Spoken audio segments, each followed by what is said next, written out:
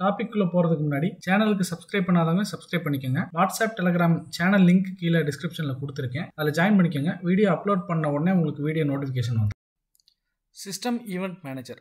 So இப்போ வந்து ஒரு டேட்டா வேர்ஹவுஸ் வந்து ப்ராப்பராக ஃபங்க்ஷன் ஆகிட்டு இருக்கு. யூசருக்கு வந்து சர்வீஸ் ப்ரொவைட் பண்ணிட்டு இருக்கோம்னு வச்சுக்கோங்க. நிறைய யூசருக்கு சர்வீஸ் ப்ரொவைட் பண்ணிட்டு இருக்கோம். அப்படி நடந்துட்டு இருக்கும்போது டேட்டா வேர்ஹவுஸில் ஒரு ஃப்ரீக்வெண்ட் டைமுக்கும் பல ஈவெண்ட்ஸ் நடக்கும். யூசர் ஒரு ஃபைலை ஆக்சஸ் பண்ணாங்கன்னா அது ஒரு ஈவெண்ட்டு, யூசர் ஒரு ஜாபை ஷெட்யூல் பண்ணி ரன் பண்ணாங்கன்னா அது ஒரு ஈவெண்ட்டு, யூசர் ஒரு டேட்டாவை லோட் பண்ணாங்கன்னா அது ஒரு ஈவெண்ட்டு. இந்த மாதிரி நிறைய ஈவெண்ட்ஸ் நடக்கும். ஸோ இந்த ஈவெண்ட்டை எல்லாம் வந்து ப்ராப்பராக மேனேஜ் பண்ணணும். ஏன் அப்படின்னா நமக்கு பின்னாட்களில் லாக்ஸ் தேவைப்படும். ஏதோ ஒரு சூழ்நிலையில் இந்த டேட்டில் இந்த இடத்துல எத்தனை எரர் வந்துச்சு அப்படிங்கிற லாக் தேவைப்படும். இந்த மாதிரி நிறைய விஷயங்கள் இருக்குது. அதே மாதிரி ஒரு சில இடங்களில் பார்த்தீங்கன்னா ஃப்ரீக்வெண்ட்டாக இத்தனை தடவை எரர் வருது.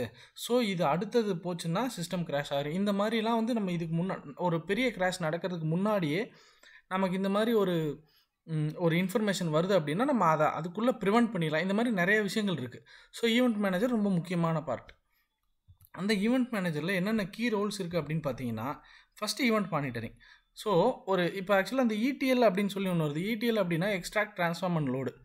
இப்போ டேட்டா பேஸ்க்கும் டேட்டா வேர்ஹவுஸ்க்கும் இந்த இடத்துல தான் ஒரு பெரிய முக்கியமான டிஃப்ரென்ஸ் இருக்குது. இப்போ டேட்டா பேஸ் அப்படின்னு பார்த்தீங்கன்னா, எந்த டேட்டா பேஸோ அந்த டேட்டா பேஸ்க்கு உண்டான ஸ்ட்ரக்சரில் நம்ம டேட்டா லோட் பண்ணால் மட்டும்தான் உள்ளே போகும். ஆனால் டேட்டா வேர்ஹவுஸ் அப்படி கிடையாது. ஃபார் எக்ஸாம்பிள், சின்ன எக்ஸாம்பிள் சொல்கிறேன், புரிஞ்சுக்கிற மாதிரி ஒரு எக்ஸாம்பிள். ப்ராக்டிக்கலாக நிறையா வரும், பட் சிம்பிளாக சொல்கிறேன். இப்போ என்கிட்ட டெக்ஸ்ட் ஃபைலில் ஒரு டேட்டா இருக்குது, எக்ஸல்லையும் ஒரு டேட்டா இருக்குது. அப்படின்னா இந்த இடிஎல் டூல்ஸில் இந்த எக்ஸ்ட்ராக்ட் டூல்ஸ் இருக்கும் பார்த்தீங்களா. இந்த எக்ஸ்ட்ராக்ட் இ அப்படிங்கிறது எக்ஸ்ட்ராக்ட், டிங்கிறது ட்ரான்ஸ்ஃபார்மு, எல்லுங்கிறது லோடு. எக்ஸ்ட்ராக்ட் அப்படிங்கிறது ஃபஸ்ட்டு வந்து இந்த எக்ஸாம்பிளுக்கு சொல்கிறேன்.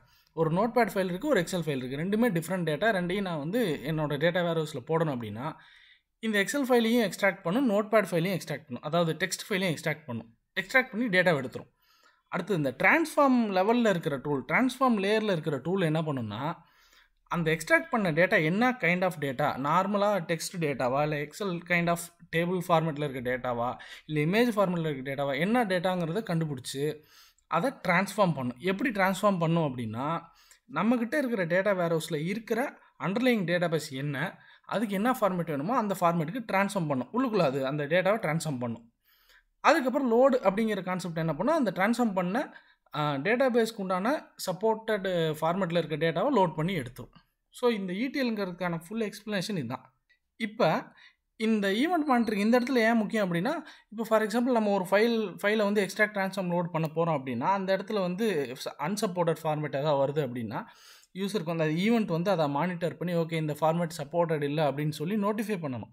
அதேமாதிரி இல்லை ஒரு பெரிய ஃபைல் வந்துருச்சு, பட் சப்போர்ட்டட் ஃபார்மேட்டு சிஸ்டம் தாங்காது, பட் ஆனால் சிஸ்டம் அதை லோட் பண்ணிகிட்டு இருக்கு அப்படின்னா அந்த சிஸ்டம் ஹெல்த்தை மானிட்டர் பண்ணி ஈவெண்ட் வந்து நமக்கு ட்ரிகர் ஆகணும், சொல்லணும் இந்த இடத்துல இந்த ஃபைலை ஃபுல்லாக லோட் பண்ணால் சிஸ்டம் கிராஷ் ஆகும். இந்த மாதிரிலாம் நிறைய ப்ராக்டிக்கல் எக்ஸாம்பிள் இருக்குது.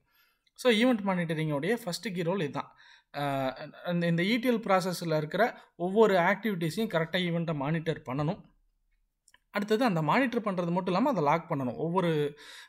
நான் ஒரு டேட்டாவை லோட் பண்ணுறேன்னா டேட்டா லோட் பண்ணி முடிச்சதுக்கப்புறம் டேட்டா லோட் பண்ண சக்ஸஸ் ஆகிடுச்சுங்கிற லாக்ஸ் வந்து சர்வரில் இருக்கணும். ஒவ்வொரு லாக்ஸும் இல்லை அதில் வந்து ஒரு 200 ரோஸ் இருந்துச்சு ஒரு எக்ஸல் ஷீட்டில், அதில் 158வது ரோ மட்டும் எரர் அப்படின்னா அதையும் ஸ்பெசிஃபிக்காக அந்த சக்ஸஸ்ஃபுல் லோட் பண்ணதுக்கப்புறம் அந்த ஸ்பெசிஃபிக்காக இந்த ரோலை வந்து எரர் இருக்குது அப்படிங்கிறது சர்வரில் வந்து லாக் ஆகிருக்கணும். நம்ம சர்வர் லாகை வந்து நாளைக்கு எடுத்து பார்க்கும்போது அந்த இடத்துல எரருங்கிறது டேட்டா இருக்கணும், ஈவெண்ட்டை லாக் பண்ணணும். ஸோ ஒரு ஈவெண்ட் மேனேஜர் சர்வரில் நடக்கிற டேட்டா வேர்ஹவுஸில் நடக்கிற சின்ன சின்ன ஒவ்வொரு ஈவெண்ட்டையும் லாக் பண்ணணும்.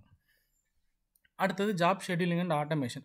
ஃபார் எக்ஸாம்பிள் ஸ்பெசிஃபிக்காக எனக்கு வந்து ஒவ்வொரு வாரம் சனிக்கிழமை ஒரு ஷெட்யூல் ரன் பண்ணணும். அந்த ஷெட்யூல் என்ன பண்ணணும், ஒரு ஸ்பெசிஃபிக் யூஆர்எல்லேருந்து ஒரு செட் ஆஃப் டேட்டா கிடைக்கும். அந்த டேட்டாவை இடிஎல் பண்ணி உள்ளே ஸ்டோர் பண்ணணும். இது வந்து வாரம் வாரம் எனக்கு நடக்கணும். ஆஸ் எ யூஸராக எனக்கு இந்த சர்வீஸ் வேணும்னு வச்சுக்கங்களேன், நான் இதை ஷெட்யூல் பண்ணி வச்சுருவேன். ஸோ அந்த ஈவெண்ட் மேனேஜர் என்ன பண்ணும், அதை கரெக்டாக அதை ஆட்டோமேட் பண்ணிடும். அந்த டைம் வந்தோடனே கரெக்டாக அந்த ஈவெண்ட் மேனேஜர் வந்து அதை ரன் பண்ண ஆரம்பித்தோடனே இந்த ப்ராசஸ் நடந்து முடிக்கும். ஒவ்வொரு ப்ராசஸ் நடக்கும்போது இந்த டைமில் இது நடந்துச்சு, இந்த டைமில் எக்ஸ்ட்ராக்ஷன் நடந்துச்சு, இந்த டைமில் ட்ரான்ஸ்ஃபர்மேஷன், அடுத்தது லோடு, இதெல்லாம் நடந்து முடிஞ்சிருச்சு. முடிஞ்சதுக்கப்புறம் இதுதான் இதோடைய அவுட்புட் அப்படிங்கிற எல்லாத்தையும் கரெக்டாக ப்ராப்பராக ஷெட்யூலிங் பண்ணி ஆட்டோமேஷன் ரன் பண்ணி முடிக்கணும். அதுவும் ஈவெண்ட் மேனேஜரோடைய ஒரு முக்கியமான ஒரு ரோல். ஏன்னா இதுவும் ஒரு ஈவெண்ட் தான். வாரத்துக்கு ஒரு தடவை நான் ஷெட்யூல் பண்ணுறேன், அது எனக்கு ஒரு ஈவெண்ட், முக்கியமான ஈவெண்ட்.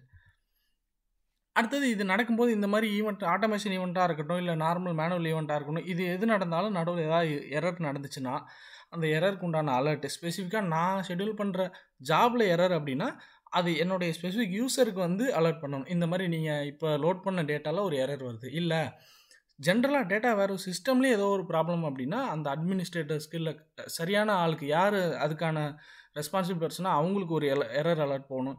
இந்த மாதிரி எரர் டிடெக்ஷன் அண்ட் அலர்ட்ஸ் வந்து ஈவெண்ட் மேனேஜரோட முக்கியமான பார்ட். அடுத்தது ட்ரிகர் பேஸ்ட் ஆக்ஷன்ஸ். ஸோ ஒரு ஸ்டெப்பு எக்ஸ்ட்ரா என்ஹான்ஸ்மெண்ட்டில் பார்த்தீங்கன்னா, இப்போ நான் ஒரு வீக்லி ஷெட்யூல் ஒன்று பண்ணுறேன். அது வீக்லி கரெக்டாக சாட்டர்டே மார்னிங் ரன் ஆகணும்னு வச்சுக்கோங்க.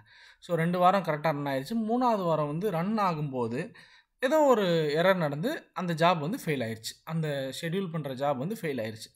அப்போ என்ன பண்ணணும், டிஃபால்ட்டாக ஒரு ட்ரிகர் நம்ம எழுதி வச்சுருப்போம். இல்லை யூசருக்கு கஸ்டம் யூசர் ட்ரிகர் இருக்கலாம்.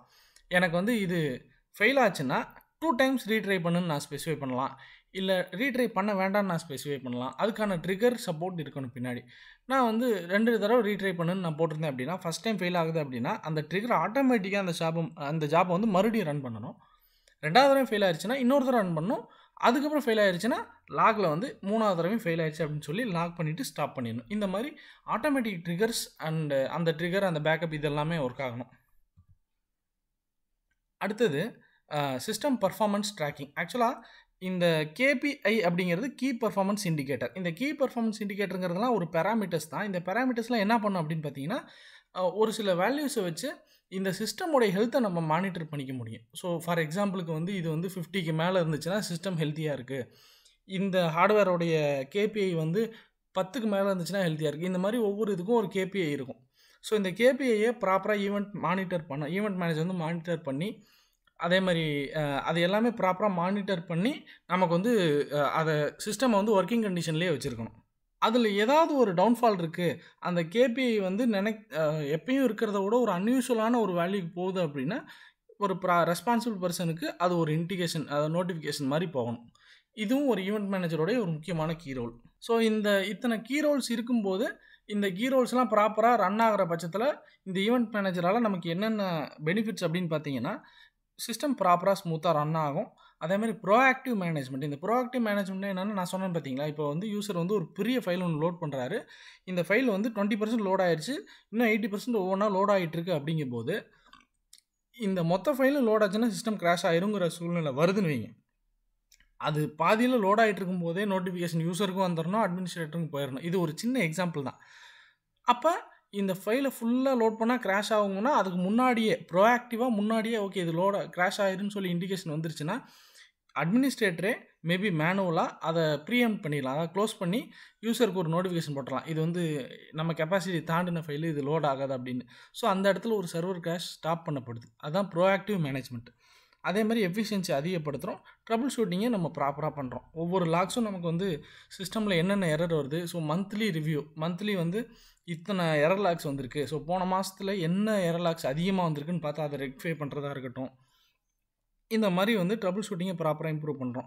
ஸோ ஒரு டேட்டா வேர்ஹவுஸ் சிஸ்டமாக ப்ராப்பராக நம்ம எஃபிஷியண்ட்டாக யூஸ் பண்ணுறதுக்கு ஈவெண்ட் மேனேஜரும் ஒரு முக்கியமான பார்ட். இந்த டாப்பிக்கோடைய நோட்ஸை எங்கள் வெப்சைட்லேயும் ஆட் பண்ணியிருக்கோம். வெப்சைட் நேம் cscitexampreparation.in, அதில் போய் பாருங்கள்.